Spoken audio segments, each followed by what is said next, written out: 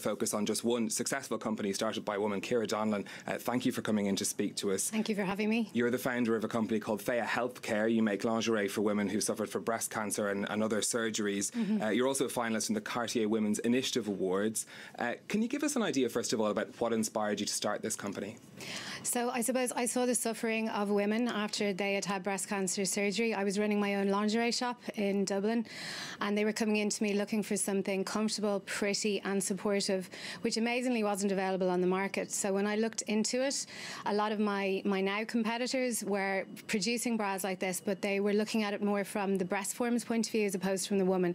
So we kind of turned everything on its head, and we're focusing, the woman is at the centre of everything and how we design and how we market. And were you always an entrepreneur? Did you always have that instinct? I always wanted my own business, but I suppose one of my role models is my grandmother, who is inspiration for the brand as well, Rose Donnellan. She had her own business, which when it was unusual to have it, she also had breast cancer. But I have worked in the corporate world as a marketing executive for many years before I set up Fea Healthcare. And are you surprised by figures like from that Grant Thornton survey that just a quarter of senior roles are held by women? Unfortunately not really, to be honest. I wish it was 50-50, just like the world is 50-50, it should be. But some of the corporate roles that I held, I saw that women went to a certain level and they didn't go above it. I can't really answer why. It's only maybe that, it's society, it's the way we're kind of built, and things need to change from when children are born and how they're brought up and how they see the world, even the cartoons that are watched.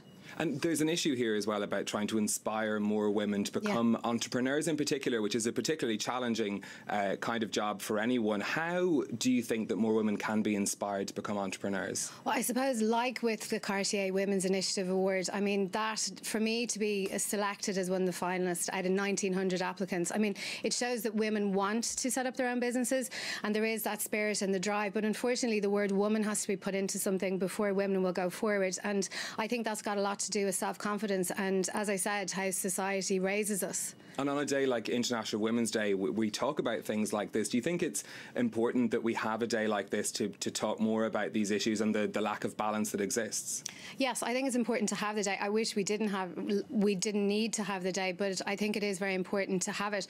We need more role models. Little girls growing up need to see more women in entrepreneurial roles and doing well, and for that figure of 25% senior managers to rise.